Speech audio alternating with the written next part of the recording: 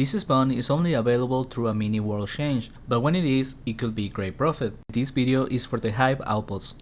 This spawn is located on Liberty Bay, but is only available when the world change is active. If you don't know what that means, well, there is a bunch of changes that happen on a daily basis to every server. You can check which ones are active through the bulletin board in the Adventurers Guild. This is a good habit to have of checking this every day you log in, although most of the world changes are not very impactful or useful, but you can still find some valuable info from them. For example, the most common use will be to find out if Jasir is around when there is this message. You can also find the location of the Narmer Isles and the Spirit Grounds, as well as information for more events. Well, for this spawn, this is the message that appears when it is active. Now that you know it is available, head to the west coast of Liberty Bay. I recommend level 150 for this spawn, but it is doable at 130 if you're careful of the speed risk. And overall, this spawn is filled with insects from the Hive. It is comparable to the East Tower of the Hive, but a better version of it. The reason being that even though the monster distribution is pretty close, this one is smaller and with faster respawn, so the pools are closer to each other and it takes less time walking around. Additionally, as I mentioned on the video for the Hive Tower, that spawn tends to be closed most of the times, and even though this one is also not active every day, I would say it might be more common than the Hive being open. Regardless, this one is better even in terms of experience. On a level 162 with skills 117, I was doing 1.3kk raw experience, which is decent enough for this level range. But more importantly, the reason to hunt this place is to make profit. From normal drops and creature products, you can make around 100k the hour, but with a lot of potential for more. First, there is the crawler head plats. These are needed for the energy protection imbuement, which is on high demand for most servers,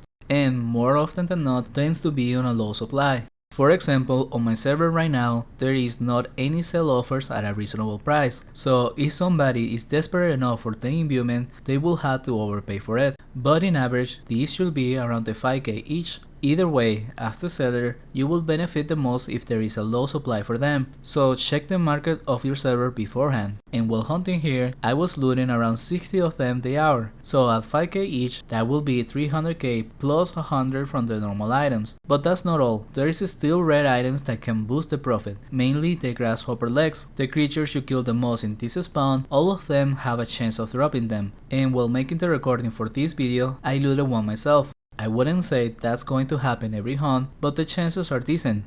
Lastly, you will also be killing some of the harder creatures of the Hive, the Speedris and Colos, both of which have some good rares like Carapace shields, high sights, steel boots, and a buggy backpack. Those will be less likely to drop since you don't get to kill many of them, but you could get lucky.